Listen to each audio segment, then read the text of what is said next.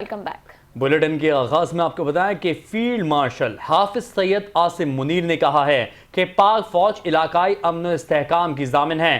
پاک فوج کے شعبہ تعلقات عامہ ISPR کے مطابق فیلڈ مارشل حافظ سید عاصم منیر نے 52ویں کامن ٹریننگ پروگرام کے افسران سے آرمی آڈیٹوریم میں ملاقات کی۔ نشست میں پاک فوج کے ضمان امن اور دیگر حوالوں سے امور پر بات چیت ہوئی۔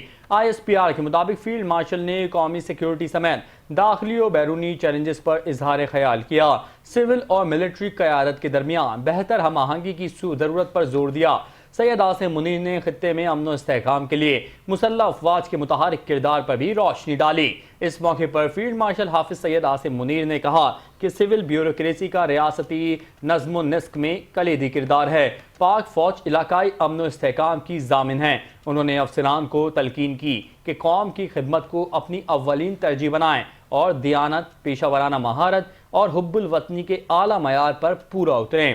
ISPR کا کہنا ہے کہ افسران کشمیر، خیبر پختونخوا اور بلوچستان کے آپریشنل علاقوں میں فارمیشنز کے ساتھ منسلک رہیں۔ زیر تربیت افسروں نے تینوں افواج سے متعلق تجربہ حاصل کیا۔ ISPR کے مطابق افسران نے فیلڈ مارشل حافظ سید عاصم منیر کے ویژن اور پاک فوج کے کردار کو سراہا۔